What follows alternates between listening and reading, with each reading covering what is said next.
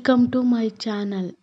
ಈ ವಿಡಿಯೋ ನಿಮಗೆ ಇಷ್ಟ ಆದರೆ ಲೈಕ್ ಮಾಡಿ, ಶೇರ್ ಮಾಡಿ, ಮರಿದೆ ದಯವಿಟ್ಟು ಸಬ್ಸ್ಕ್ರೈಬ್ ಮಾಡಿ. ಮಹಾರಾಷ್ಟ್ರದಲ್ಲಿ ಸ್ಟಾರ್ಟ್ ಮಾಡೋಣ. ಒಂದು ಸುಂದರವಾದ ಹಳ್ಳಿಯಲ್ಲಿ ಎಲ್ಲರೂ ಸಂತೋಷವಾಗಿದ್ದರು.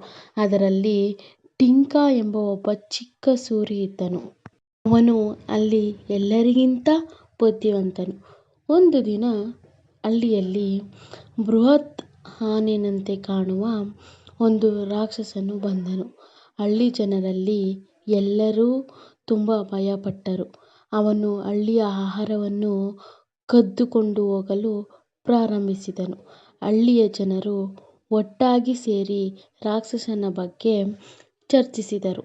ಆದರೆ ಎಲ್ಲರೂ ಬಹಳ ಹೆದರುತ್ತಿದ್ದರು. ಟಿಂಕಾ ತನ್ನ ಬುದ್ಧಿವಂತಿಕೆಯಿಂದ ರಾಕ್ಷಸನನ್ನು ಸೋಲಿಸುವುದೆಂದು ತೀರ್ಮಾನಿಸಿದನು. ಅವನು ರಾತ್ರಿಯಿಡೀ ಯೋಚಿಸಿ ಒಂದು ಪ್ರಾಕ್ಟಿಕಲ್ ಪ್ಲಾನ್ ಮಾಡಿದ.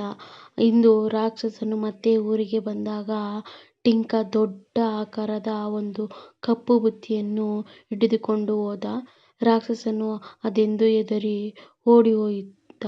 ಆ ಘಟನೆಯ ನಂತರ ಹಳ್ಳಿ ಜನರು ಟಿಂಕಾಗೆ ಧನ್ಯವಾದ ಹೇಳಿದರು ಮತ್ತು ಅವನ ಬುದ್ಧಿಯ ಬಗ್ಗೆ ಮೆಚ್ಚುಗೆ ವ್ಯಕ್ತಪಡಿಸಿದರು. ಆ ಹಳ್ಳಿಯಲ್ಲಿ ಮತ್ತೆ ಯಾರಿಗೂ ಭಯವಿಲ್ಲದೆ ಸಂತೋಷವಾಗಿದ್ದರು ಮತ್ತು ಹಳ್ಳಿ ಜನರು ಟಿಂಕನಿಗೆ ಗ್ರಾಮದ ರಕ್ಷಕ ಎಂದು ಹೆಸರಿಟ್ಟರು.